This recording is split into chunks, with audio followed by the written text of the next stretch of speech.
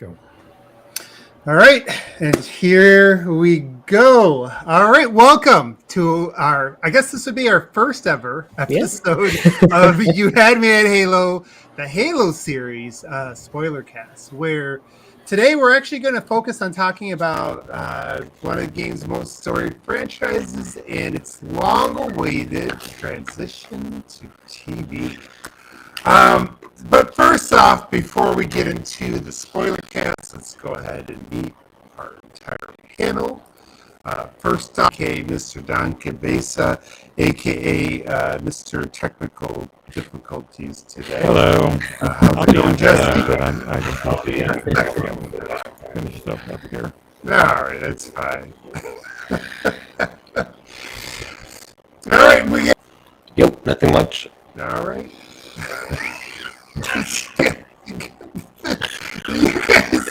you guys are like run down after a long week. It is Friday.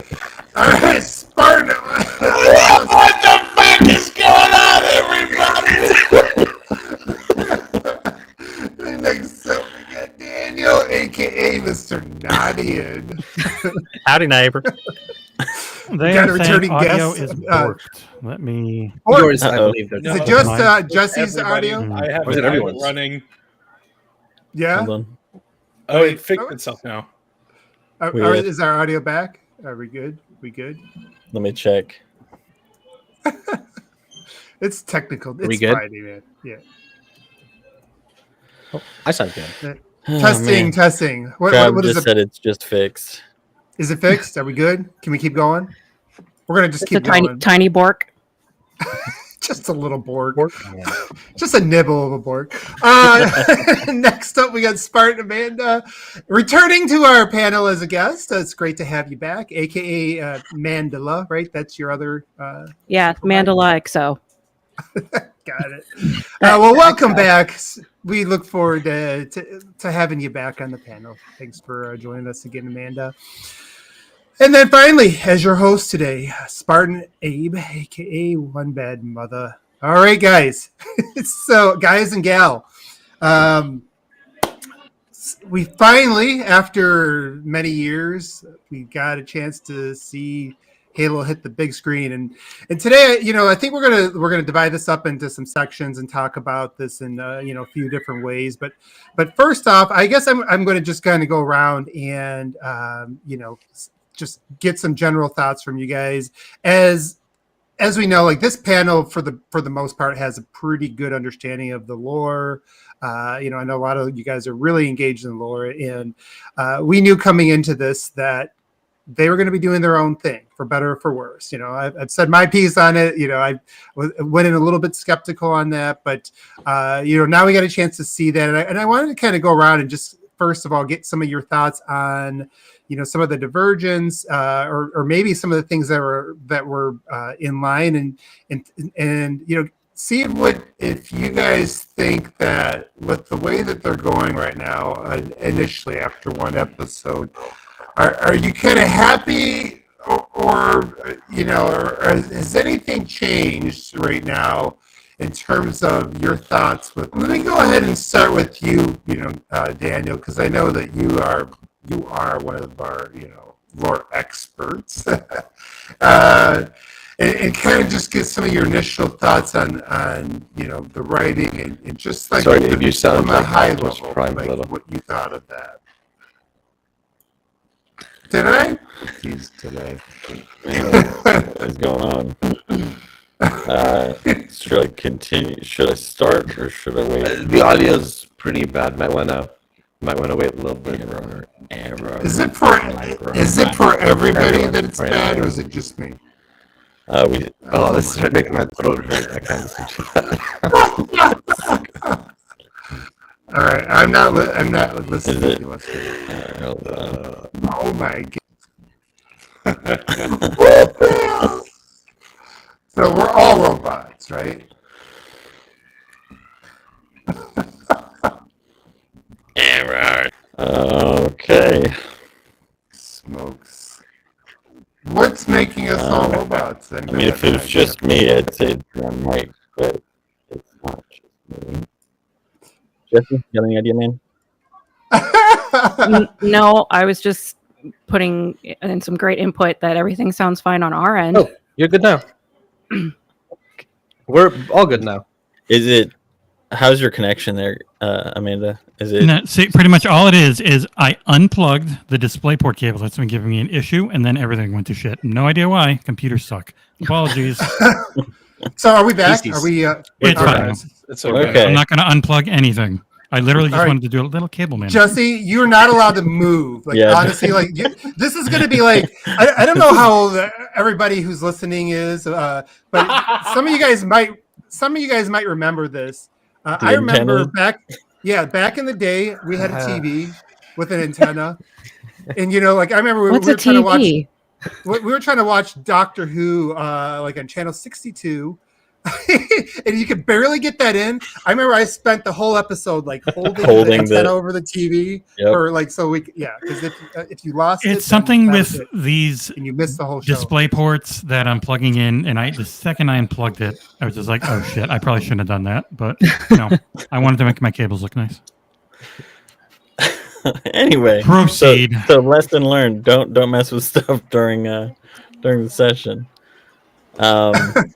Oh yeah. So my general thoughts, kind of like what I was telling Austin before we started, was I was pleasantly surprised because I was going in, even though it's Kiki Wolf Kill's project, and I know she has a ton of passion and she has a great team building it. Like we just haven't had much luck in terms of video game to film adaptations. So I kind of appreciated that they kind of skipped, like you're not seeing things like you did with the Fall of Reach series, right? You're not seeing Chief as a kid first and then going through the paces. Obviously we know that this is a divergent timeline, so I feel like there were just enough similarities and areas where they took Chief's character, for example, and sped it along like to Halo 4 and Halo 5 timeline, period where he's questioning orders and things like that. So you're not going through the standard rigid soldier stuff that you typically do in most military-based sci-fi, right?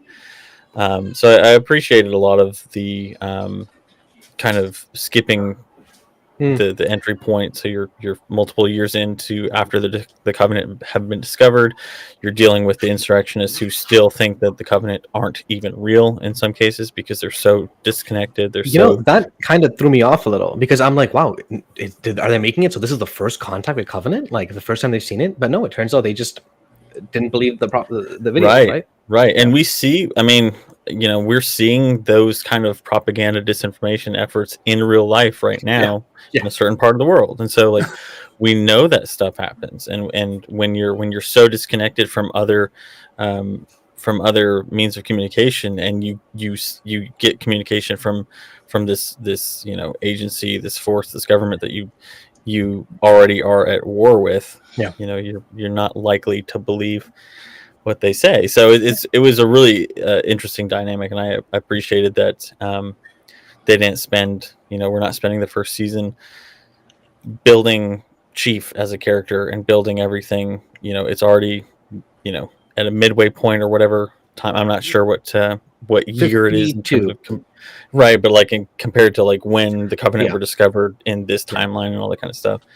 But yeah, like I appreciated those elements. I'm a little bit confused / skeptical about how they're treating the UNSC at this point, especially from a lore standpoint compared to the books and games, which we knew was going to be different, and I'm absolutely okay with that. It's just weird to see Oni and UNSC kind of conflated at this point, and them not really they're not really separating them as they did in lore. It might be a little too early to judge that, maybe. Right. We saw them for 20 minutes. Yeah, that's just my first. I think Hood is in the show. I think he was cast. I thought he was. So I'm curious if he'll come in and show more of like a UNSC central viewpoint, right? No scientists, no lab rats, blah blah blah. More like spies and all that kind of jazz. Yeah. No Article 72. Well, that was a weird thing too, because she's an admiral who I assume was in charge of Oni if she's over Halsey, but then she's making the ultimate military decisions, which wasn't the case, right? Because Hood was above Oni, you know. So it'll be interesting to see how that plays out. I think there are a lot of like you said, Aarsal, it's too early in the season to make any of those ultimate assessments, but it's just an interesting observation, I think, more than anything. Well, Soul, since you're jumping in there, what were some of your thoughts on that? Yeah, I'll be quick. Also, first, I apologize for any screaming or crying. My brothers and their kids are over. And my sister. Anyways, so one thing, when I started watching this show, right, I had like this, I was going in expecting to because, I kept hearing reports of like, they didn't even play the games. It's completely different from the games and everything. So I'm like, okay, it's going to be a fresh experience. I'm going to go in not knowing anything. It's going to be kind of fun, right? Because like, for example, and I keep using this as an example, Wheel of Time, I went in reading the books. I knew everything that was going to happen, right? This I went in and I expected not to know, but then like right away, I'm like, whoa, I recognize this. I recognize that. That makes sense. These guys are literally, the Spartans are moving just like how they're described to move in the books, which is unnaturally fast, right? Stuff like that. So it didn't feel unfamiliar. If anything, it felt really familiar to me. It felt like I was seeing the story of the EU, the extended universe, put into media form rather than the story of the games. Minus a few major changes of which I'm not entirely sure about yet. And I feel like the main change is, like he said, the UNSC right now is being portrayed as really evil, when in the books, even like the most strict books, the UNSC was still portrayed as more of just like a realistic government. A utilitarian approach, essentially. I feel like it's like good and bad apples always. They're not like evil right away. Also, I feel like we haven't seen the side insurrectionists, that are like bombing civilians left and right. That we know that they do, right? Stuff like that. And the Spartans, I feel, are one of the biggest changes I'm not sure about yet, in the sense where in the books and the game, Spartans were, I'm on the ground, I have command, right? I have final say of what happens. I'm the leader here. I'm not just a soldier that's going to listen to every single order verbatim, right? I'm going to make my own command decisions. While in the show, it was more like they literally treated them as machines. Not just the Marines and the insurrectionists, but even, what's her face, the Admiral. Was she an admiral, by the way? Yes. I didn't catch that. Yeah. She was like, why isn't he doing this? Why is he doing that? Is he like something wrong with him? This, that? Like, they literally thought he was just a machine that would accept everything right away. And I feel like that's a bit of a difference between what we know Spartans. I'm not sure I'm digging that either.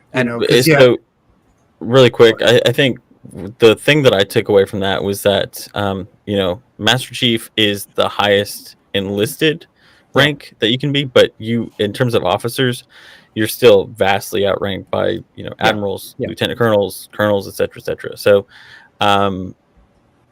for me, like I see where you guys are coming from, and I kind of agree, but I feel like they're playing more towards the rank. What I mean is, like, they didn't even question his like motivations. They just thought, is something wrong with them? Right, is he broken? Yeah. No, I thought that was just bad writing, but no, I thought it was because they're implying that the Spartans and I feel like it works more because in the books and the games, the Spartans didn't lose their memories, right? They were told, hey, you were kidnapped, you were taken, and you have a job to do, right? They were indoctrinated. They weren't like memories wiped. While in the show, it looks like this show Halsey took a different route, which is I'm going to wipe their memories of their families, probably made up some lie like you're orphans or covenant or insurrectionists killed your parents, blah, blah, blah, stuff like that, right? To try and take a different tack to it. And I'm curious how that goes, because is that every Spartan? Is that just the chief,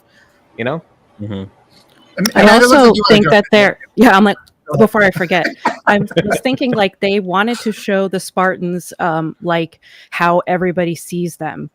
And then slowly we will learn that they're not mindless. They're not just like soldier robots. So they wanted to start off by showing them how everybody sees them. Right. And then you peel away that onion, basically. Yeah.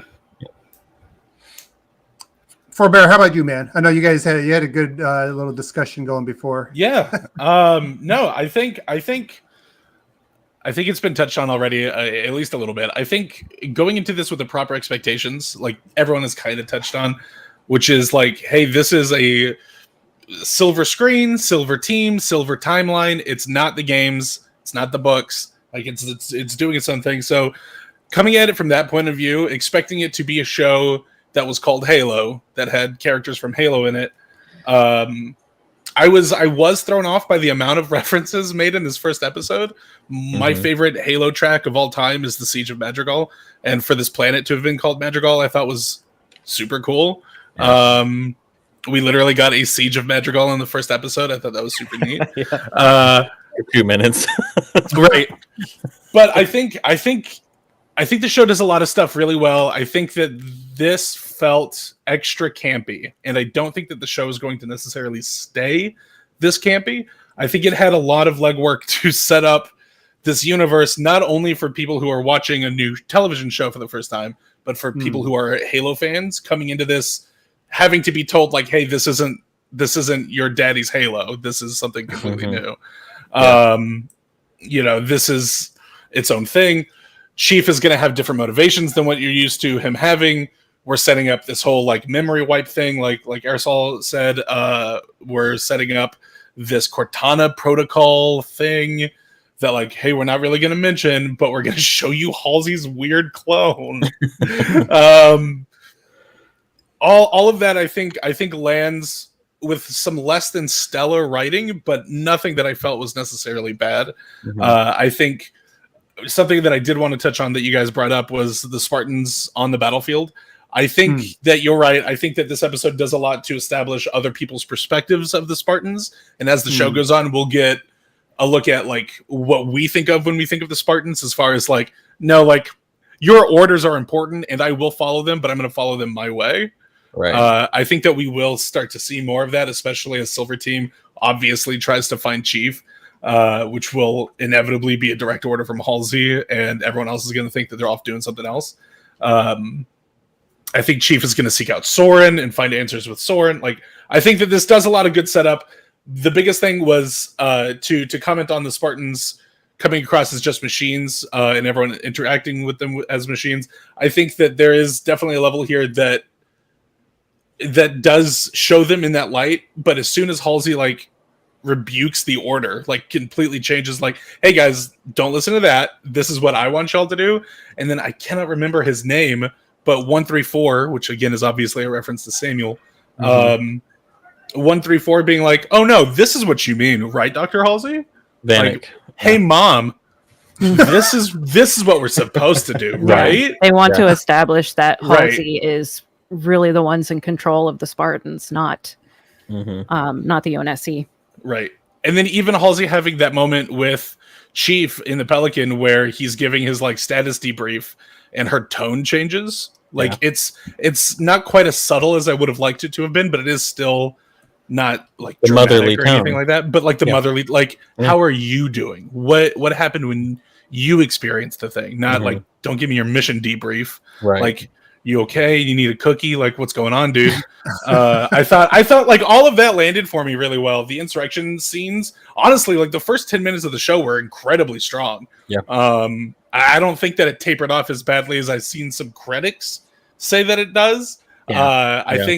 I think we're definitely going to get into this discussion, especially Amanda and myself having a similar perspective on this. But the Star Trek-y nature to this is very apparent in my eyes. I think that this feels a lot like a Star Trek, and I don't think that that's a bad thing. The last thing I'll say right now is that I thought that the gore was a little intense. Was not expecting it at all. I think that it does a good job of like, hey, this is like a real universe and there are real stakes here. People die in like gruesome ways. We will kill kids in the first 5 minutes. We will murder a civilization, essentially, an outpost on this planet full of innocent civilians. We don't have any problem showing you that. And like we'll show Chief like straight up just like rip someone's head in half, essentially, with a magnum, just like point blank range, ripping his jaws off. I mean, I think to not ramble on for too long, I think that this was a very solid first episode for something that has a lot of subplots. Makes a lot of sense why season 2 was greenlit. At least it could have easily failed to do any of that, right? Right. I'm excited to see where it goes. Yeah. My opinion on the gore was that they needed to they needed to add in the gore so it doesn't seem cheesy, because I think the issue with many video game media outside of video game franchises is that they come off really cheesy, because when you're playing a game, you're so involved in it, it doesn't really matter if it's cheesy, but when you're having it all played to you and you're not involved in it, it can come off really cheesy. You know, like Hell, the that's Tomb kind of Raider, a- the Resident Evil, even though Resident Evil was pretty gory too, but it still was cheesy. Yeah, that's even a problem for a lot of Star Trek. You know, if you look at Next Generation and you know, hell, some of the more recent ones too. Like when you don't have, when it just sounds like, when it just seems like pew pew. You know, it's Yeah. not going to have that same. There's no that weight to it same then, weight. right? Right, right. It's like an Yeah, early yeah. Marvel movie compared to like what DC was putting out at the time with the Dark Even Knight the trilogy. Batman doesn't have the gore interface, but it's a hard PG-13, dude. Like, I haven't seen it yet, so I don't say anything. Well, okay. yeah, and I guess we can transition there, you know, from the lore to the tone of it. But although, you know, Jesse, I know you're a lore guy. Did you want to say, there's anything you want that wasn't covered that you want to jump in on As that? somebody who, you know, knowing the games, knowing the books, I don't think they would have translated great one-to-one. Yep. So I'm Okay. very happy with them using them as inspiration, as a source, like a background. That's A-okay by me, and I'm interested to see where it goes. It gives them a better chance than they would have had otherwise, I think. Potentially. I said my piece in previous shows. I would have preferred them to find some spot in the canon, maybe that wasn't covered. But anyways, we won't go there because that doesn't have too much to do with what we saw yesterday. So you know, let's talk about the tone of it, because that was actually something that stuck out to me a little bit. You know, right off the bat, we were watching these kids like skipping around, Getting high and then they Doing couldn't skip drugs, yeah. around. Yeah, I wasn't expecting that. Yeah, Yeah. that definitely was that was interesting, and I didn't expect it. I don't know. I think I remember, but I forgot about somebody mentioning there was some gore in it. But you know, that set the tone really quickly, right? That this like you were saying before, this isn't your daddy's Halo. It's not my, you know, like that was something that we don't expect. And I do agree. I think for me it worked. And the reason why that aspect of it worked is because it did add a little bit of a gravitas, or like a weight to this, to what's going on. Cause yeah, you could easily make these Covenant. I mean, we know you got little grunts running around in the video games, you know, saying funny things and things like that. Like this made them seem menacing, right? Like this made them seem like a real threat, and it put some stakes right off the bat. So I was good with that. You know, I'm like some of you guys. I'm not completely sure if they like maybe swerved a little bit too hard when it came with some of the stuff with the UNSC, but again, they're setting this dark overtone, which they could. I like dark movies, I guess. Most of my favorite movies are. So I think that as much as I've always been a fan of this, sorry, that was my daughter. This is, you know, like this dark overtone, I think could be something that they can build off of, and I think it can bring in other people because, you know, again, I think one of the challenges they have is, was this going to be too kiddie? Was this going to be too campy? And yes, we're going to talk about some of the writing. Some of that does conflict with what I just said. They set this tone, and then they kind of do some stuff that looks like it could be in a WB show. We'll talk about that, but I think for the tone, the initial tone, I think was good. There was some contradictions throughout. But yeah, what do you guys think about that? We'll go back to you. Amanda, what do you think? Like, was from a tone standpoint, I mean, you kind of said some things here, but overall, did you are you kind of feeling that, or is this or do you like kind of feel like it's a contradiction or what as well? I didn't want to go into the show with really any expectations, so I was trying to just experience it as they wanted to deliver it, and I enjoyed the tone. I can't really explain it, but I liked how it's direct, and I like the way that they're approaching Master Chief as like mysterious, so that we can experience him discover himself, because it seems like he's going to have a personal journey and discovery through this. So the way that was presented to us and the way that they're opening up the story, I really liked it. I did personally, I thought it had a Star Trek tone, and I like that. I like that they're going to have like a bureaucratic element. They're going to have people defying the military. They're going to show people struggling with their decisions, and I think it's good. What about the fact that the helmet came off? I know that's been a source of controversy. I was talking to a buddy about that who did not like that, but I was fine. So what do you me think? too. Oh, yeah, you like that? Okay. Mm-hmm. Though, Like, was there anybody here that really did not that was? I guess we all knew it was coming, right? So since we're so engaged with this stuff, but was there anybody that really hit them the wrong way when the helmet came off? Not really. Personally, I was going to hijack it at some point, and I was like, we need to get to it. Like, not my Master Chief, or Yeah. I'm all right with it. And I was admittedly, I was a little disappointed because everybody has the idea in their head what it should look like, and I don't have a clear picture, but that wasn't it. No, it's a little too pretty. Angry. I don't care. I'm not angry. I'm not gonna go on a rant, but it wasn't what I was expecting. I was a little disappointed, but I'm sure this guy is gonna be great, and I don't have any problem with it. But I was like, eh.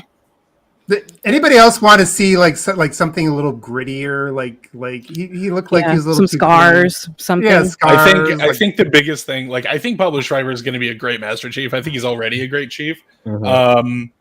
I think the thing that throws me off the most about it was the like scruffy beard surprised me for some reason.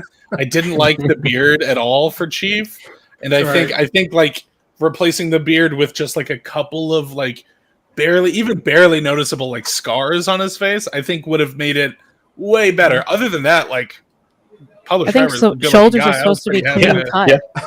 Right. Like that's and like the Master Chief who takes his life as a soldier like so seriously. You think he would be like, no, like nothing above a 1 on my head, like everything like that. I was very surprised. To be fair, plenty of the Spartans throughout the canon of the games also did not adhere to the for sure. Militaries, yeah. I mean, even George, who was a Spartan too, was just like full beard. Yep. My Noble Six had a massive beard. That's all I'm saying.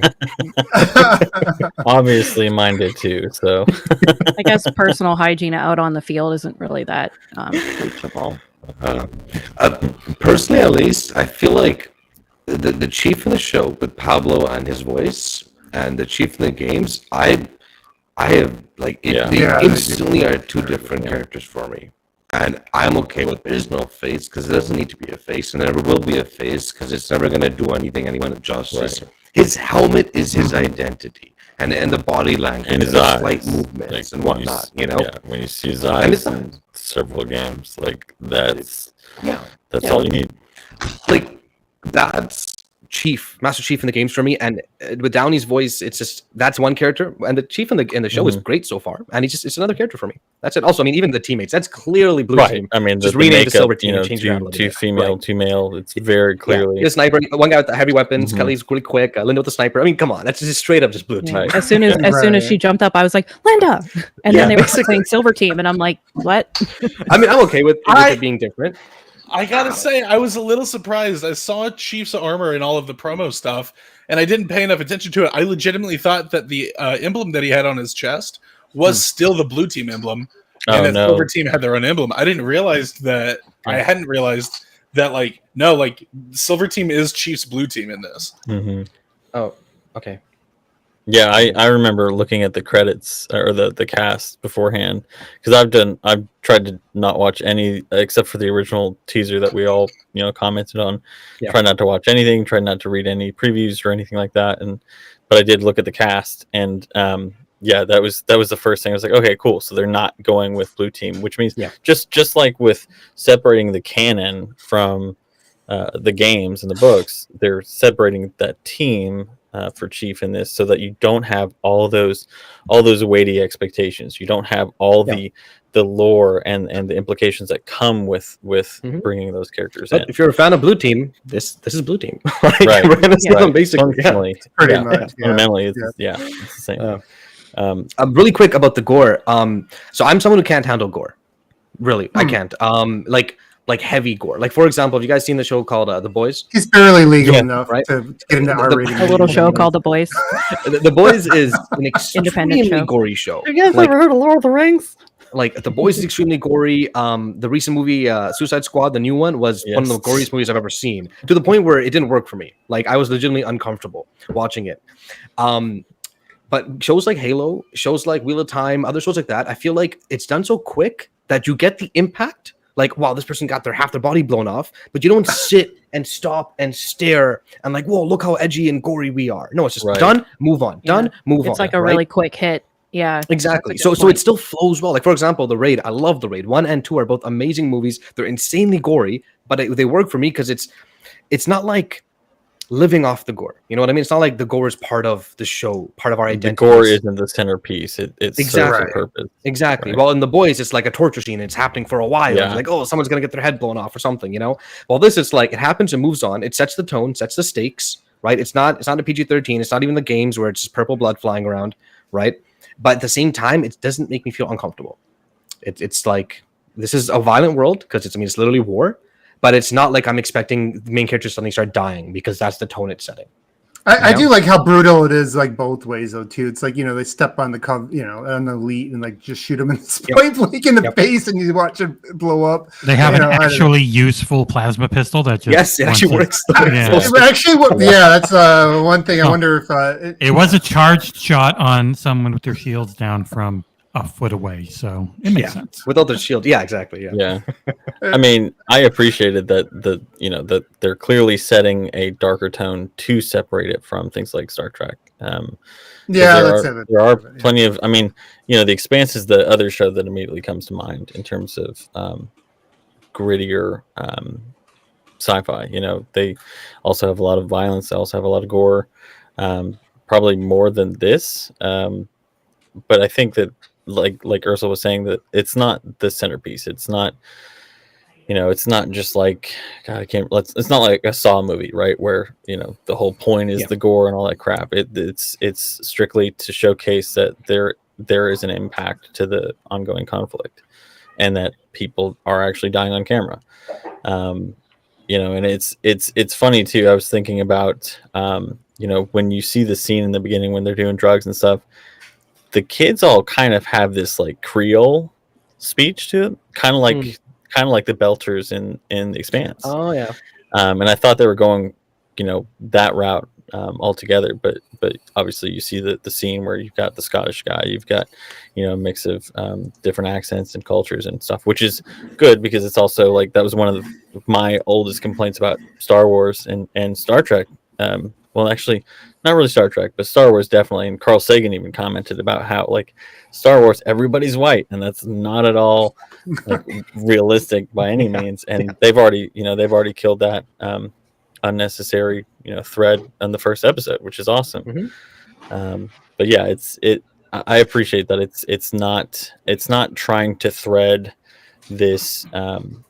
Really accessible for kids or whatever show. They're respectful of the tone of some of the later games. I mean, I wouldn't necessarily say that the tone of the first was super dark, except for when the flood was introduced, but because there was that kind of like fantastical mystery to it all.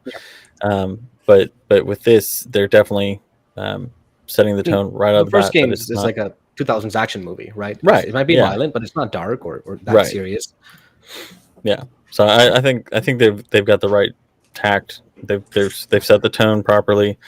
We can talk about. I don't know when we're going to talk about some of the oddities with character motivations and whatnot, but.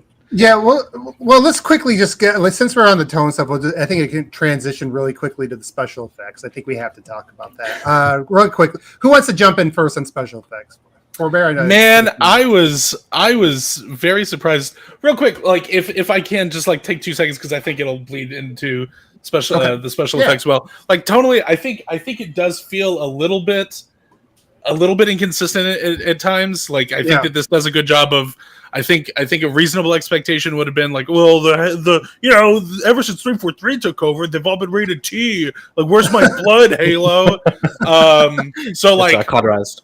It's fine. It's there, bud. Ratings so I have think changed. that did really well. Now, like bleeding into the CGI, the special effects, all No of it. pun I intended. think No, that yeah. it is. I didn't Just even the hear nibble there.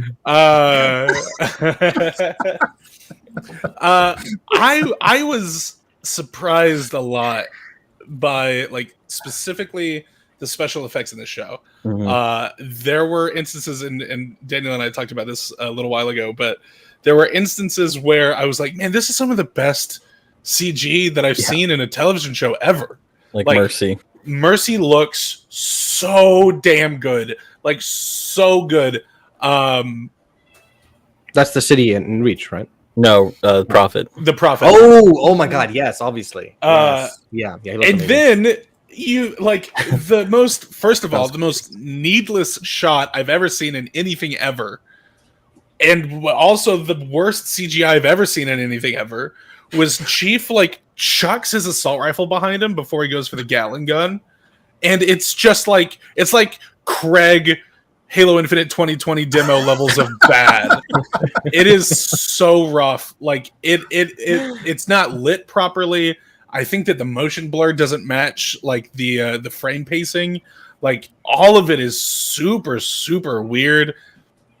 So overall, I'm good super point, stoked though. on it. Right? Because so touching on that point specifically, Chief's movements or the Spartans' movements. Right? I was gonna say, like Those are the things that threw me there's off the one most. specific shot that transitions from CG Chief running to Pablo Schreiber in the armor running. Yeah. And it looks wild. It looks insane. The CG shot looks so good. And then the next shot is just Pablo Schreiber in the suit running for like another foot or so. It's like they ran out of CG budget for the running animation. And I wonder if it it's was edits. jarring. That, like, it had to have been edits. Yeah. It's so jarring. I think if Chief is going to be in like high motion, like high movement stuff like that, honestly, they should just stick to the CGI. The suits look really good. Like the Spartan suits look really good in slower motion, and when they're still, I don't think they look great in like super fast motion. Otherwise, like I think just about everything landed pretty well for me. Pablo mentioned something about this a little bit in an interview. He's talking about how the suit he wears, right? In universe, it's supposed to make you super fast, super powerful, super quick. But he's like, in real life, it does the exact opposite. Yeah, it's 50 pounds, he said. Exactly, super cumbersome. Yeah. So it's like, it's kind of a little hard for them to find the balance, maybe. Because in the books, like I mentioned a little earlier, it's like Spartans move unnaturally fast. How do you show that on a screen, right? And the answer is CGI. Really, it is. There were moments where the Spartans are moving where you're like, whoa, that looks interesting. The reaction speed looks inhuman, right? Like CG. And it's like, hey, that's by intent. And then sometimes it didn't work that well. You're right, with the cuts, with the normal thing. I don't know. They're gonna need to find a balance somehow. Yeah. That was probably the thing that stood out to me the most, and I do agree that that Mercy looked good. I think I'm on the same page, so I'm not going to repeat everything. But the thing that was the most jarring to me was the movement. I don't know that for some reason it like, and I understood what they were trying to do because like you said, so they do move fast in the books, but not so much in Halo. The version of not the Halos. games. Right. But you know, like it just like there was just something that felt a little bit jarring about that stuck out to me personally. They did move quite fast in the opening cutscene of Halo 5. Yeah, that's true. With the version of getting to play as a Spartan, I still wish I could get. You're echoing. You got that. Yeah, it's just a little bit. It's not two too microphones bad. in the same world. I'm trying to block it, the sound. We don't want you to move too much. Like whatever you were doing with your entire. I'm coming through her mic because she's 5 feet to my right. Don't touch anything. Abe, it's like if in Fall of Reach, sometimes they describe the way the Spartans moved, right? And it's like the showrunners read that and were like, "That's what we're gonna show in this episode." One of the things that kind of caught me off guard with the movement, but then because I've watched it 3 times now, I noticed that like if you notice when they fall, like they did a great job of simulating of showing their weight because we're talking about hundreds of pounds of armor they like that first, Master Chief, like when they land, hero drop, right? right? Even when they're jumping down from 10, 12 feet, like you see them drop. I can't remember her name, but when the sniper like scout on the team she falls, yep. It is like such a even sound design wise, like it is such a good thud. Yes, I thought it translated incredibly well. Yeah, but it is kind of wildly inconsistent. And I was talking to one of my buddies who works in the film industry, and he was like, "Yeah, you can tell they had a very small budget for these elements because, and they probably did have quite a few cuts that they ended up having to replace with live action because any number of reasons, but it's expensive." And there was an explosion that showed up, and I'm like, "Yeah, that was added way in post for sure." Right, yeah, but it's weird because like the elites, like when they first break through the gate, look fantastic. Yeah. And then in a couple other scenes throughout the siege, it's not quite on par. Right. So it's a matter of, know if the show had reshoots or anything like that? Because I know a couple other shows during COVID time had some major reshoots having to be redone. Well, this had a lot of delays because of COVID, so I wouldn't be surprised. Yeah. Like, I imagine, Daniel, you were probably going to go on to say that like this probably had special effects worked on at multiple stages in that like 2-year long development of the show. Yep. Yeah. So that's and we've got comments saying that they had a huge budget in TV terms. Kind of. I mean, there's still other shows that have considerably higher budgets. This wasn't like an HBO thing, right? It wasn't HBO. It wasn't even Marvel by any means. It's sci-fi. It's not Game of Thrones where the budget should go towards the costuming, really. Especially in the very beginning because there's nothing else that you really need to do. Right. I would wager that we're going to see a much larger budget season 2. Right. Yeah. Hopefully, or they got some investment. Like there's certain things you guys mentioned it previously as well, right? Like some of the stuff they don't have to read. It's already sunk costs, honor pieces, props. Yeah. And it is a thing where it's the pilot, and the pilot episode is generally quite different than the ones that precede it. Like this, it's a lot of times it's proof of concept. It's getting everything ready. It's showing, hey, should we make a show out of this? So you make a pilot, and then it gets greenlit, and then you get a lot more budget. And so they might go back and try and touch things up and add to it. But it definitely can be a case, like even Game of Thrones, you go back and some things are very different. Like, they filmed they filmed the pilot with different actors and had to get a different Daenerys and various other people. Like, things really change up a lot after the pilot.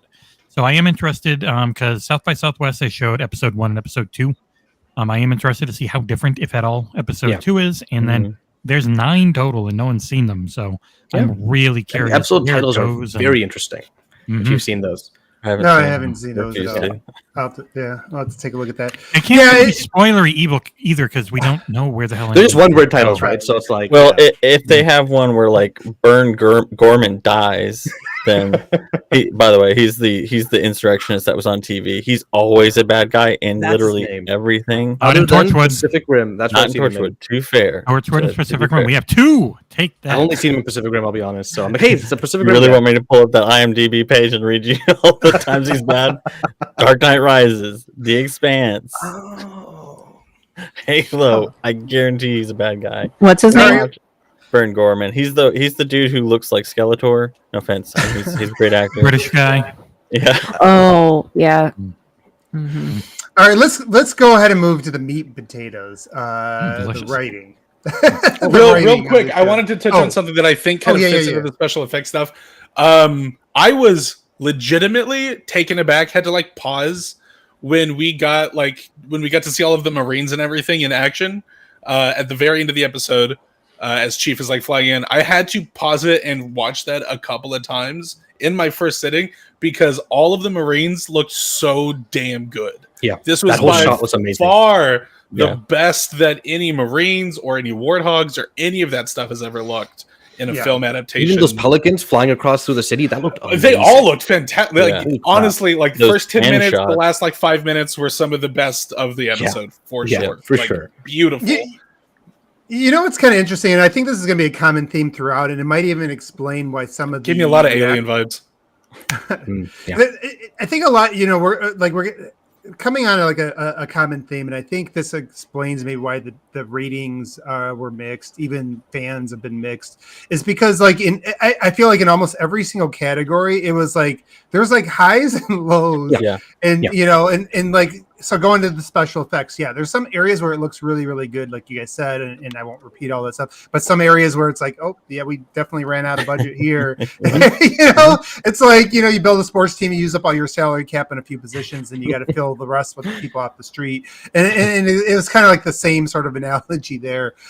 Let's move to the writing, which I think is going to be like one last thing I wanted to ask. Go ahead. What do you think of the first person shots? Oh, I didn't like them personally. I thought that was gimmicky and cheesy, and it's been done before in Doom, and they didn't really. I felt like they were just an homage to the game that really didn't need to be there. That's the movie. I did appreciate the scene in the cave where it came to him and then kind of like flipped through to his helmet. I thought that was a good one. Yeah. That was a good one. Yeah, there were a couple of like elements of each of the shots that I thought worked incredibly well. I think that like we needed the super cheesy combat first person stuff for the scene to work where Chief gets the alert that he has to terminate the insurrectionists. Yes. I thought that we needed the cheesy ones to get like the really interesting one that we get. I meant more like the combat ones. I wasn't a fan of those during the siege. My brother said was like, why are they yellow? Why was the UI yellow? He's in combat because when he's not in combat, it's blue. Yeah. And they did do the little energy bar. Yes, I love that. I did like the sound. Yeah, the sound worked for me. There were several like that. The like energy sword getting dragged across Chief's back, like highlighting his shield too. Like all of that was super cool. Yep. Yeah. Sorry, Abe, I cut you off. You talk about No, I was just trying to move it along because I figured we weren't going to do a 2-hour episode today. We're trying to get through this. That's funny.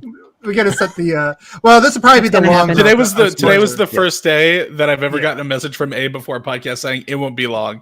So so he jinxed us already. Nice. I mean, it's anyways. I'm guessing the future episodes won't be as long. This is probably going to take a little longer. We're establishing our tone, just like this episode did with its weirdly good and bad in places writing. Let's talk about that. There was a nibble of bad writing. Just a nib. Amanda, why don't you go ahead and start off on the writing? Give us some of your thoughts, and it can be both things that you liked and didn't. Yeah, I thought it was really good in some places, really bad in some places. I think it's one of the few shows where a lot of shows I watch, you can't tell that there's different writing, like different people writing a scene, but this show you can tell there was like a discrepancy between the quality. I feel some things were really cheesy and weird, and some of them were really good, and I don't know, it stood out to me. But pick some of the things that really like stood out, or anybody who wants to kind of jump in. Like, what were some of the things that really stood out to you in there, and some of the things that you thought really worked?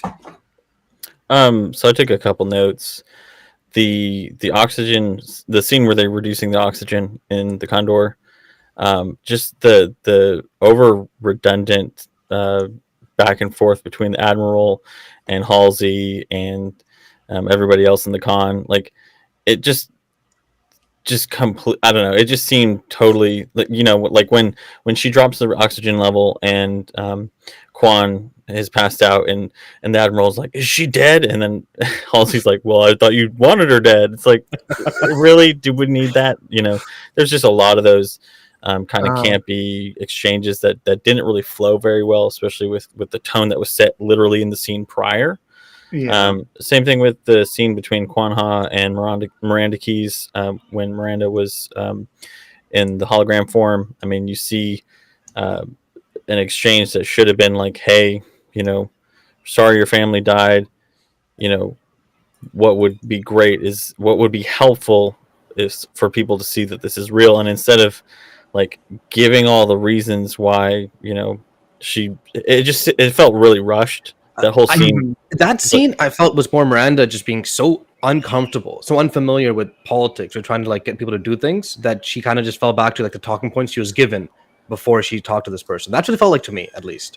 Yeah, I mean, I guess I think that the whole like there was like it was almost like a sociopathic interaction, because like that whole point about how like, oh, we can finally do something when the politicians aren't like done it, and then straight up politician talk, like right, yeah, it did not seem to fit. And it's weird because I know this isn't canon Halo, but it seems like politics separate from the military don't really exist in Halo. I don't get a sense that there's politicians and politics happening in Halo. It's there's military politics, but they're making it sound this is a different politics that we don't do.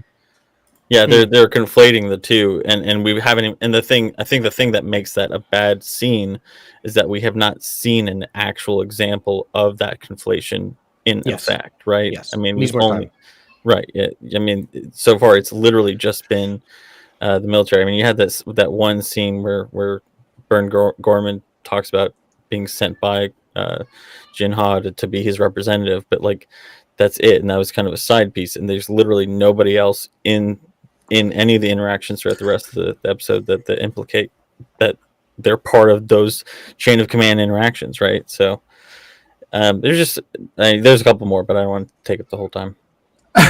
There's a lot of little nitpicky things. I mean, like one of the things that jumps out to me, and this almost I say WB. I haven't really watched a WB thing since. Hey, Smallville's amazing. How you mean CW? I feel like you mean CW. Oh yeah. Okay. Well,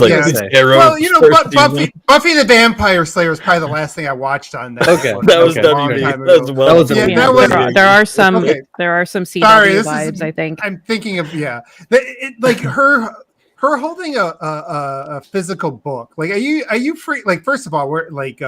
You telling me you can't get that on the Kindle? Like what the hell? It's like, heretical. She's not supposed to have it. They wouldn't allow. Oh, you're talking about the. But she's just like waving it around, though. So. I mean, like, trying to take it with her to the meeting. Like, wait. I mean, but also, no, don't do. I didn't even think of that at all. I mean, the way I was like about the book was it's absolutely something where because like she obviously we've seen in trailers that she interacts with some of like the conflicts that the Covenant have.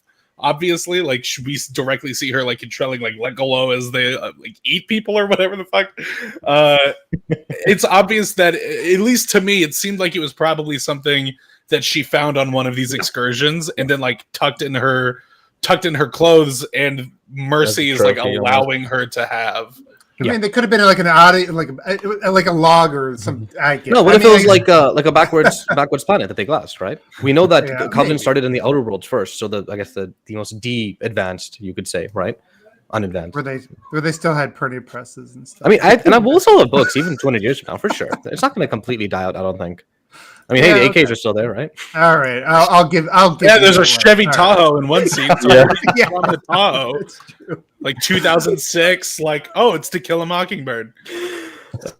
I guess some of the things that I had the biggest issue with. I mean, besides that, I think I'm still gonna. I've been skeptical of the Human Covenant. And that didn't really sell me, by the way. So I'm still. I was gonna ask, and who is that person supposed to be? Totally I didn't an interview kind of explained it. Yeah, I know who they've said who she is, but we don't know yet. I'm okay with the explanation. It makes sense to me. What he said, what he talked to her about, pretty much says who she is to them. Yeah. He was able to interact with the alien technology the same way you are, as in she is their human who interacts with Forerunner. Yeah, that impressed her. She's the only one who can do it. Which makes sense. I mean, rather than kidnapping people every time and forcing their hands onto control panels, be like, hey, just indoctrinate one of theirs, right? This war's going I figured it had something to do with the tech because of the lore, but it threw me because I was like, are there people in the? I think they just need. I was like, I didn't think that was a thing of her in the first episode, so that when we see her again, it's like, oh yeah, this person's not brand new. We saw her before, and she's not Lady Gaga, no matter what you think. I love the costume. I thought it was great. The actress is from Peaky Blinders, and she's awesome in that. Okay. Really quick about the writing. I feel like you're right. It's good and bad. Like, for example, that very first scene, I'm like, can they get attacked already? Like, come on, let's move this along. Some of this dialogue is kind of cheesy, whatnot. Let's move it along. But at the same time, I feel like you've got scouters older than you. Not the writing that whole shtick. Yeah, basically, it's like the way the story moved forward, I have so many different theories of what could and could not be happening that relate literally back to like the Foreigner trilogy, where I'm like, are they really going this far into the lore? Like, are they doing some like gene stuff? Like, holy crap! Like, this is gonna be really interesting. If they do, I don't know if they are, but if they do, you know, and the writing left that open for me, in a sense. One thing I do gotta say is Kwanha was kind of an idiot when she's like, oh, why don't I just turn all the insurrectionists even more against you? Yeah, we gotta kill her. Like, she's like, I need to say that I had the exact same thought in like seconds into that first scene, was like, oh, I'm getting Greg Bear vibes immediately from this show. Yeah. And like, thankfully it picks up very quickly. But as soon as the older guy, the Scottish guy, started talking, I was like, oh no, this is Faber, and this is, you know, Born Stellar. And we're gonna like talk about how the airboats float for 40 minutes before we ever see anything. That's low. Yeah, I think pacing is a big thing in this episode. Again, I think that this is doing a lot to set up. I honestly don't remember now if I said this during the episode or before, which is why we shouldn't talk. I think that this really does a lot to set up. There are like 4 different subplots on top of like Chief running away from the UNSC because he remembers that he's a human being, which I think is going to be an interesting plot. I was dead set on this season ending with them like finding a Halo ring. That's what I thought. And I don't know that that's going to be the case anymore. That might be an end of season 2 thing. Well, we don't Halo's in the season, right? Technically, just by the trailer, at least mentioned. So. Yeah, no, absolutely, they mention it. But I imagine they do in the same way that Halsey knew about it, you know, during Reach. That's not my canon, bro. That's not my canon. I'm just saying. But yeah, like there's so much setup for like the Cortana thing, the insurrectionist stuff, the Spartans doing their own thing. We know that Soren is on a different planet somewhere, and we're going to meet him at some point. There's so much, like there's so many little things that need to happen, I think, in this first episode for them to really establish the universe, that I think the biggest problem with this episode is pacing, and it's a byproduct of that. Though, at the same time, when I saw the episode number, 58 minutes, right? I'm like, oh man, it's gonna go slow, because I've seen a lot of shows these days, and they go really slow, and I get kind of tired or like bored. This show finished, and I'm like, what the flip? It ended. Like I want more. Like, so while the pacing was definitely could have been better, like this could have been 2 episodes. Really, I feel. At the same time, it flowed well enough that it didn't go slow. You know, it didn't make me bored, I guess. Yeah, I thought it flew by. Yeah, that is one of the interesting things for me, because like as I'm going back and I'm trying to like think of all the things that kind of have, there's a lot of little things like my bigger impression is like, okay, yeah, the show has potential. You know, I like some of the things with the tone. You know, there's some cool things that, you know, overall, but yeah, it's like it's not horrible right off the bat. Like, right, okay. But when you break it down to little pieces, there's a lot of things I can nitpick. I mean, again, I can go through like scene after scene where it's like, okay, the whole falling down, and then you know, like while the Covenant's walking towards it, and then that whole thing was predictable with the dad and all that stuff like that, right? Like, to me, that just feels like, I don't know where I've seen that a million times, but it feels like stuff you've seen over and over again, where it's like, oh yeah, her dad's gonna get killed. Yeah, her dad's gonna get killed in front of her, you know, and that. We knew that was going to happen, right? Without even knowing any spoilers. Her die to a Covenant. For a second, I thought she was going to be like a collateral death of like a Spartan, and I'm like, oh, are they going this route? But no, stabbed to the chest. Yeah. But there was just like stuff, like just little things throughout like that. But you know, overall, it did, like, to what you said. So I didn't feel like it. For me, it didn't really drag. Like, I was still engaged, and you know, and I'm somebody who came in probably more skeptical than most. I don't know if that's fair to say. I mean, I'll be honest. I was sort of dreading, like I had some anxiety. I was like, are we going to do this for 8 weeks and this is going to be like 4 out of 10? Because I do not like most video game shows. Like, I don't, you know, I expect usually the worst. And I came away with this, like, it wasn't it wasn't the greatest thing. It wasn't, this wasn't Shakespeare, obviously, but it kept me entertained and it kept me interested, and I wanted to see what was going to happen. And I think that was a good thing. So I don't know, if you guys want to go back to the writing, you can, but but we can kind of even move forward and just like, what was sort of your like overall impressions? If you want to just, it can be our space Shakespeare. Because at the time Shakespeare wasn't high art; it was soap opera from the Middle Ages. Yeah. So it can be our Shakespeare. Okay, I like Shakespeare. Space beer. Space beer. Space. oh Space beer. I don't know. I think ultimately, like you, Abe, I went in and like I told Austin before we started, I went in with like. I was excited because it's Halo, right? And because we've been expecting this damn thing for what, 15 years now. So like on one hand, I'm like, yes, finally, but on the other hand, I'm like, God, please don't suck. yeah. We're gonna come back every week for like what 8 or 9 weeks, or was it 9 weeks? Yeah, here we go again. Let's call it all the cringy. Yeah, but did it remind? Sorry. Oh, I was just gonna say, but I did come away like pleasantly surprised. Yep. And like you guys, like I felt like the writing could be better. I felt like there were times where I didn't agree with some of the plot decisions divergent from the canon, but then I always had to remember, well, this isn't canon anyway, so what does it matter? But it's like the way that Chief interacts, or the way that the Forerunner technology interacts with Chief and the effect that it has on him versus the other way around, like they're already like laying down groundwork for some really interesting stories, because like obviously we know in Halo 4 the librarian modified Chief. We know that he's no longer completely human anyway. Even disregarding, the Spartan modifications. I will die on that hill. Do what? Nothing. It might be a spoiler for the show, so I'm gonna keep that theory to myself. Like even aside from that, I think they're laying some really interesting groundwork that potential, right?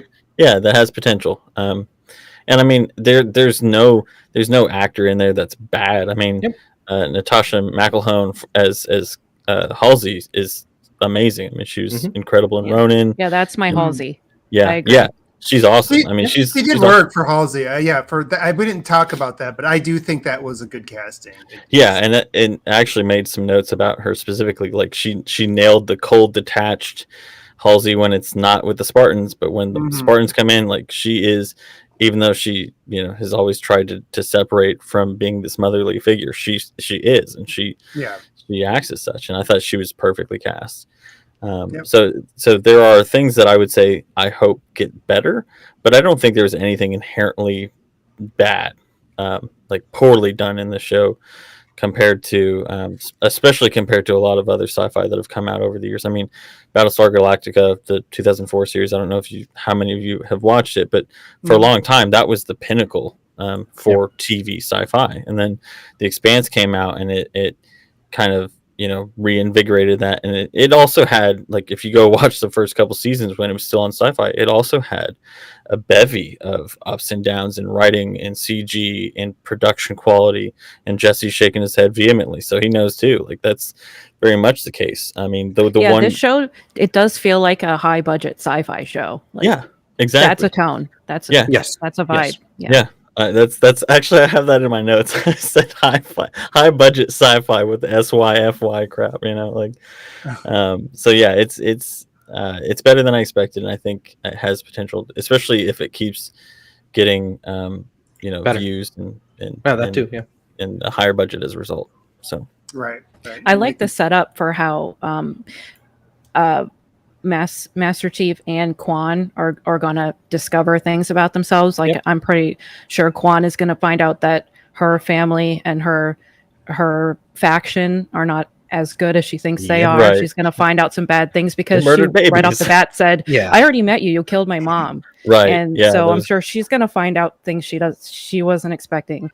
And Master Chief obviously is going to find out things about himself So I think we're going to go on like a buddy journey. They're going to get close. And I was wondering, do you guys think that that the Silver team is going to end up staying with him, or if they're, I mean, what do you think they're going to do? Personally, separate.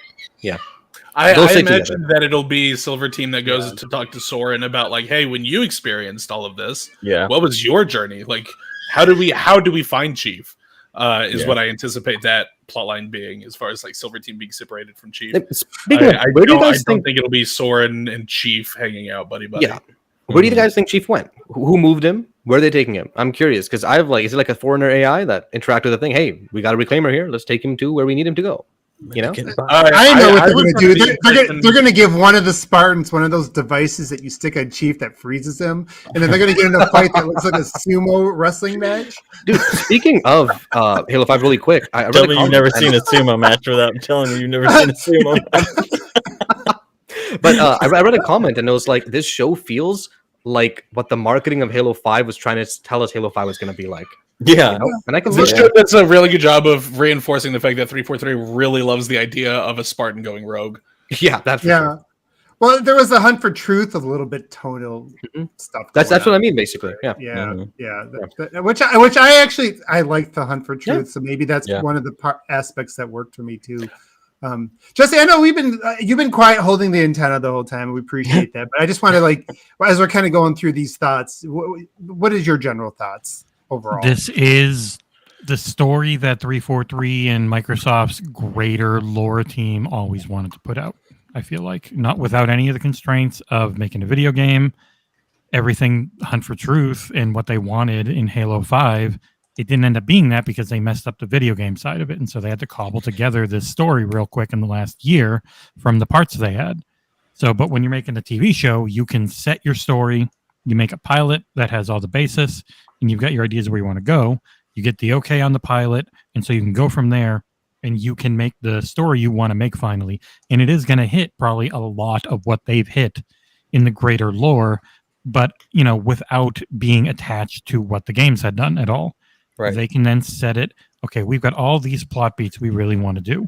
And now we can set them up to do them the way we always wanted to do them. So I definitely think we'll see tons pulled from the lore. But it's going to be a lot of stuff that they pulled. I mean, this first episode is already almost entirely lore accurate. There's just certain big things they change. Right. Just a couple here and there, but so much of it is their extended universe for Halo. Yep. And you can place the timeline, right? Yeah, I mean, they kicked out a little of the on the fly. We don't want to do this shit with your extended lore Bungie stuff, and they've brought in more of what we wanted to set up and all this because Bungie's thing was like, we've got these games and we don't want to give Chief too much. He's just an avatar for the player. We love the Gordon Freeman. He is our Gordon Freeman. He's your avatar. And Publisher Schreiber even talked about it in an interview. He's like, it's very different from a game when you're not supposed to be the main character in a TV show. So just by that default, they have to give more for Chief, which is what they've always done in the books. He's wry and funny and a bit of a dick at times in the books. In a way, he's rarely in the game. You get a line or two in Halo Infinite, even comparison, and that was something more. Like, there's a lot more to the character in the greater lore that they are going to pull from because they know all of it, despite what that fucking quote that people keep talking about online with they said they didn't even look at it. And it was like, if you get the context in the whole quote, it does not mean that they ignored the games. They never played them. It's like, no, it's just when you're making a TV show, it can't go one for one at all. They need to make their own basis and starting point and then pull everything that they can and want to from the greater lore. Like, but they need different motivations because it's a completely different medium with far less time to tell a story. Yep. You've got, if they go 8-ish hours of TV show versus they're up to 30-something books, and there's these games that are 8 hours each the first time you play them through an hard difficulty. Like, it's so different, and you need to pack in so many more things. You need to be able to jump between different storylines, which didn't always happen in Halo. Like, it wasn't a consistent thing. So, I'm all for and really wanted them to not do a canon thing. I wanted them to take everything they could that they thought worked from canon, but make their own timeline out of it.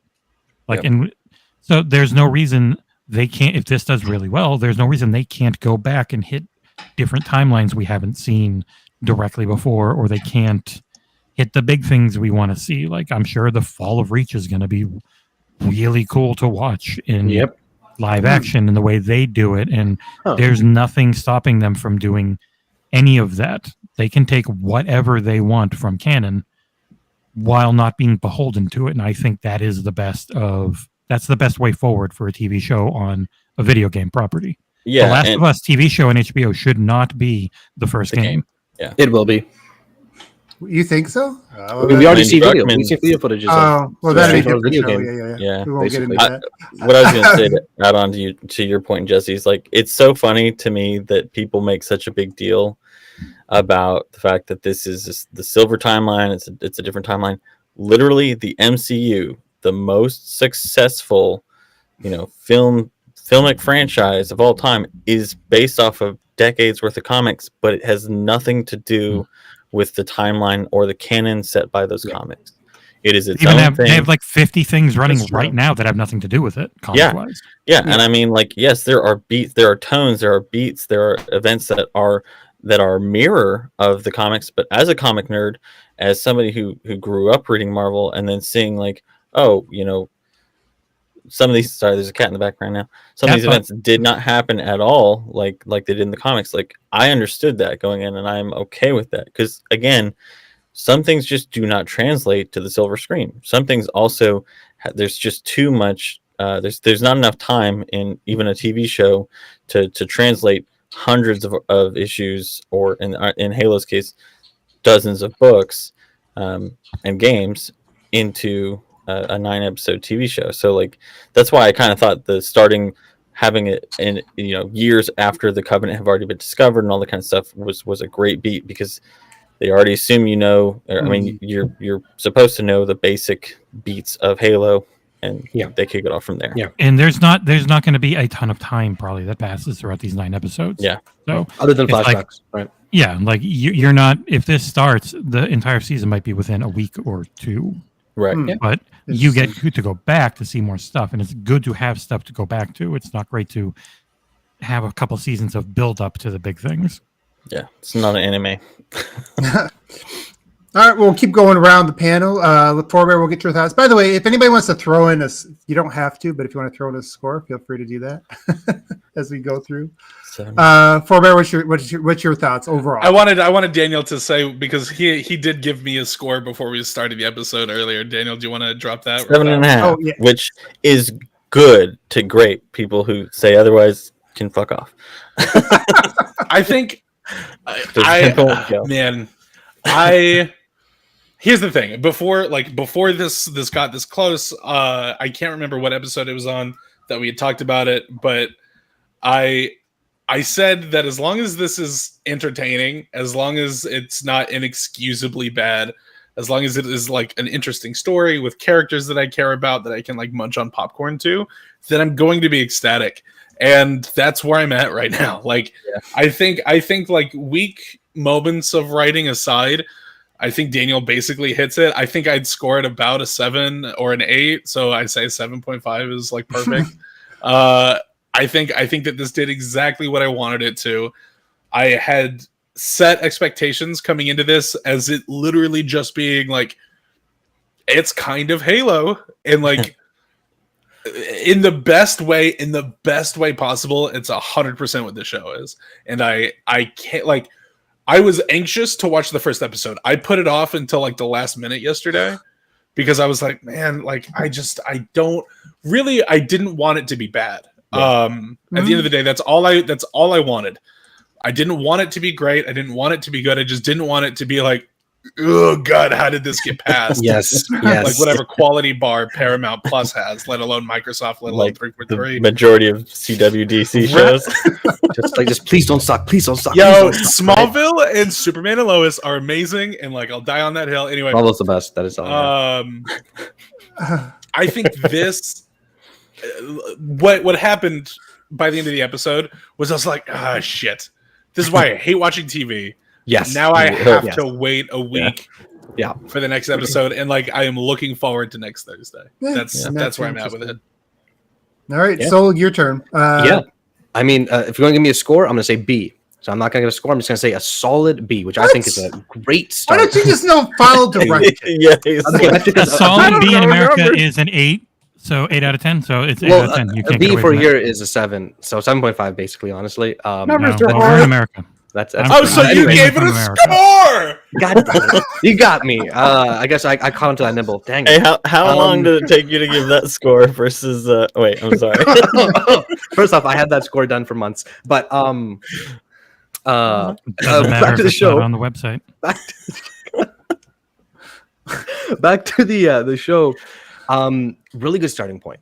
You know, I feel like you said, when a show ends and all I can think about is, dang it, that was the end? Come on, you're gonna end the episode here. Another show I watched yesterday had a moment like that too.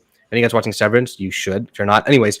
Oh yeah, Apple TV. I need to. Yes, but with Halo, it's like it did so many things so well that I'm able to kind of look past or give a little bit more time for the parts where I'm like a little unsure about. Because right now, for example, we've seen the UNSC being like these brutal, basically evil people, right?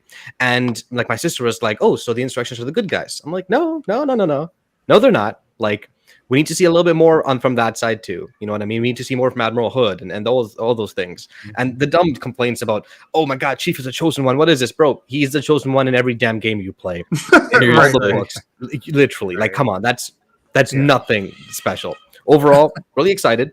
I'm actually happy. I have a good show to look forward to every week again because I kind of love that. And yeah, I'm really excited for the next one. Awesome. All right, Amanda, your turn. So far we got 7.5s. Where are you at in overall feeling and score? I give it a triangle out of rhombus. I was going to say I was going to rebel as well, and I was going to go by my book score because I'm so used to writing books. So I would give it a solid 3 out of 5, and 3 is perfectly average for me. It's not a bad score. It's not a 5. A 4 would be a little. 3.5. So you're telling me it's not a 6 out of 10 like a Metacritic does it? No, it's not. It's not a triangle out of square. It's not. It's not 3 tomatoes out of 4, but it's a 3.5 out of 5. All right, it's fair. Jesse, did we ever get your score? I don't think so. What do you think? Can't hear you, man. You're muted. I pressed the mute button thinking I was unmuting brilliantly enough. I really hate giving scores and everything. It's the worst part of being reviews editor. So I will say it was an okay out of very good. Oh, come on, Jesse. Good Lord. All right. It was very good. Go 7.5 for a solid pilot. It was better. It was better than expected. Yeah. I that's kind of where no expectations, but it was better than I thought it was going to be. And everyone said it sucked, so I come in expecting like something really bad, like offensively bad. Why did the show do that? Everyone hated so bad. I didn't read the blog post on HaloWaypoint.com. Oh, for sure. Setting up the silver timeline. You know what? So the reason why everything sucks is because you keep going to Reddit, and everything you read on Reddit is going to suck. You're right. But I actually had some good conversation on Reddit about this today, even because when you go deep in certain threads, people just talk about the story, and that's where I have a good time. You know? Okay. Yeah, I mean, I think I came in. It's funny because I was telling my buddy before. I was saying it was a 7.5 out of 10. I know, and I'm not trying to copy anybody, but that's kind of where I was. I came in very anxious. I think I was like a few of you. I was like, and there was, I saw more mixed reactions. So I thought there was still some hope. I think the fact that I saw some mixed reactions, knowing that it wasn't following the lore, gave me hope, because I knew the fact that it wasn't going to follow the lore. And for a lot of people that weren't following along the whole time, there's going to be a lot of backlash. The fact they're going to show his face, they got this human covenant. Like, there's some things that I knew right off the bat people are going to hate. And so the fact that I saw some mixed things was actually somewhat encouraging. And I came away actually interested in seeing what happens next week. And I think that's a success from the pilot, right? I think it has potential, but it has potential to go in either direction. So I'm not going to go sit there and say that I think this is going to be a 9 by the time it's all done. I don't know that there's still some lows in there, but and some opportunities. But overall, I'm hopeful. Which is they did murder the worst part, which was everyone at the beginning. All dead. Yeah. I will say that while Daniel was talking about his like wrap up for it all, I was like, what if this ends up being like the better lore when compared? Like, is the show better or is the like games and books better? Yeah. I was like, man, there's like, I'm not saying that like what we have right now is very promising, but I'm saying that like there's always the possibility that like this just runs a cleaner, better course than like the Bungie to 343 transition and then everything in between there. It can't be much worse than 5, to be honest. Well, I was gonna say, as a comic nerd, and I'm sure I'm gonna be crucified on Twitter for this one, but I actually think the MCU tells a tighter story than the majority of comics for which it's based on. Yeah, I don't think anyone will fight you on that. I've read some comics, or I've read the wikis, I should say, some comics. And it's old like, school comic fans, we would, I mean, but yeah, Austin, I think it would be kind of cool, but I'm not necessarily. I'm not going to make a bet on it. I'm not like, oh well, sealed deal. Like we know it, it's coming. Well, go ahead. I liked how they just jumped right into the puddle and they showed us his face. They revealed all the relationships. They said Miranda is Halsey's daughter. They said, they talked about how they were at odds, and they told you up front, like, this is the situation, and we're just going to give you everything that you were going to question. We're just going to give it to you right now, so what you're looking at. 100% correct. Like that was the one thing. Like, sorry, my cat's meowing. That's the oldest boy. It doesn't sound like it. Anyway, like Catherine didn't even know that Miranda was Halsey's daughter. Because like I don't think I ever really. She's never read the books, and they barely mention it in the games. Like, there's Catherine, oh my god, I'm like. Yeah, I'm sorry, Catherine Halsey, and my wife is also named Catherine. Okay, all right. Yeah, sorry, my bad. So like they never really explain it except in I was pregnant. COVID baby, what? But yeah, like they kind of like nail that stuff right at the beginning, so the setup, those relationships right out of the bat. And for me, I don't know, like even though Pablo isn't necessarily like because when I envision Chief, like I still envision like a younger Steve Down, right? Like, but for me, it was still just like this really impactful moment when he took the helmet off, and like when Chief drops out of the Condor at the beginning, or the Pelican, Catherine was like, she was just like jumping for joy, right? Like, because those beats in there that like I feel like are moments that people have been waiting for to see on the big screen, and they just did them. Those moments they did so well. Yep. My sister, who's only ever seen me play Halo, like 20 minutes in, she's like, "How is this so good already?" Yeah. I'm like, "Dang, yeah, nice, all right." My roommate like actively dislikes Halo because he thinks it's funny that I love it so much. He was, he just wasn't ever his thing. I had like my goal is to, before the end of this first season, get him to at least watch the first episode, if not like the whole season with me. Mm-hmm. Yeah. Just to see, like from an outsider perspective, someone who's never played the game, someone who has zero attachment to it, what they think of the show. Yeah, that's always a curious thing. Yeah, that would be interesting. Maybe we could find somebody. Well, we know Nick skips all the cutscenes. Right. He didn't even know he was starting. Skip the whole TV show, I guess. He's too busy filming this show. Like, the only parts that I watched when I was on screen. I took my helmet off and he was right there. It was me the whole time, doing a really bad American accent. What was it? By the way, really quick, Parangosky is head of Oni, not UNSC. Okay. At least in the lore, like the character, Margaret Parangosky is head of Oni. Okay, but so then why was Keys? Or maybe that was an Oni base, and Keys was visiting his daughter. I don't know. It's just weird. I think they're kind of like they're intermingled right now. Fair enough. I hope that, because I checked and I didn't find Hood in the credits Oh, okay. on All right. IMDb, so I'm not sure.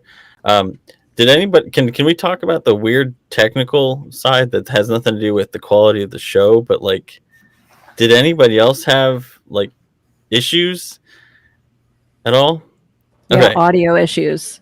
Yeah, so like The audio was off. It was noticeably off. yeah, so I just thought that was my own audio. I was I like, thought it was us I must too. have screwed up my settings. Okay. I Well, told that's good Jesse, to I'm know. like, something's wrong with the surround sound. It sounds I won't really call weird. Best Buy's Geek Squad to come out here and fix my shit then. yeah, no, the audio mix was, so I had two major issues. The audio mix was real bad. Like, so I watched it 3 times. First time on my iPad with my Bowers and Wilkins headphones. Second time with Catherine with our 5.1 surround. And then again on a soundbar for half the episode and the other half on my Fluence speakers up front. And like when it was above stereo, like if you try to do surround either on my soundbar or in my 5.1, the vocals were noticeably drowned out. Like it seems like they amped up the Spartan voices from their helmets, but not any of the other voices. Like there's that scene where Halsey's giving Silver Team the orders to say, hey, you know, once Chief lands, you know, protect him no matter what. And on my system, on my surround sound rather, you could barely hear, but on the other ones it was fine. So it's like the audio mixing was just bad. And the time we watched it together on the surround sound was also like 6 o'clock, so right after everybody's getting off work and everything. And we had resolution drops, like video buffering almost. Like it was just bad. Did nobody else have that experience? No, it was smooth and good looking for us. Man, I had to close my Roku, unplug it, and open it up again to get it to load in. But once it did, it was good. And It Aarsal looks did fine. just find a picture of Lord Hood. Oh, let me get rid of this thing. He was so in you the can see trailer. later. Yeah, he's right there. All right. Hello, Lord Hood. You're a handsome feller. That Maybe doesn't not. look like hell, boy. maybe he's just not paid much. Might be only in a couple episodes. War never Right. changes. If he doesn't say war Well- never changes, He's Team, he I'm must gonna. be like I paid the least because he's not on the first 30 pages. IMDb Team, is so inaccurate. I think so. I think we're gonna go ahead and say the official score. We're just gonna round it. We're just gonna go to the what is it? It's a B, right? The mode 7.5.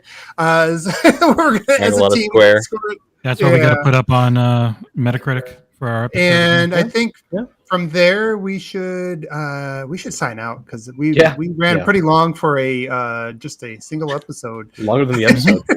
It's gonna be a Yeah, short one, guys. our spoiler Hey, cast is longer than these are never gonna go short. They're always gonna be long. next show Just is going to probably be accept it. short, you guys. It will be short. It will not. When- it'll why be will you- over an hour at least? Not stop hey guys, telling- now that the pilot's over, how does the effects look? How does the All sound? right, How does so the- go ahead and sign us out. All right, guys. Everybody Thank you I'm for just watching. kidding, by the way. I love this show. Everyone, I love you so much. This is gonna be the first time we go weekly. So let's see how we go. We might not have everyone here every week, because it's a different day too. So we've normally committed every second Thursday already, but it's every Friday now. Who knows? Hopefully we'll all try to be here. It was great having everyone on. If you liked the content, please subscribe to the channel. If you really like our content, we have a Patreon, and every little bit helps. We have a small tier too, if you can anything. And if you want a place to talk Halo and to talk Xbox, check out our forums. The link is, I believe, on the description or just xboxera.com.